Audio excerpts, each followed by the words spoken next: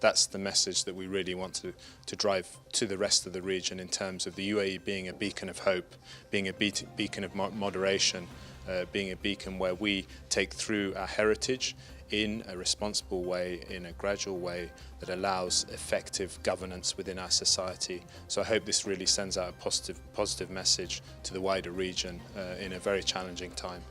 طبعا هذه المشاركة الديمقراطية تعزز مشاركة شعب الاتحاد في اتخاذ القرار وعمل السياسات والتشريعات التي تخدم المواطن الإماراتي، ونحن سعداء بهذه المشاركة.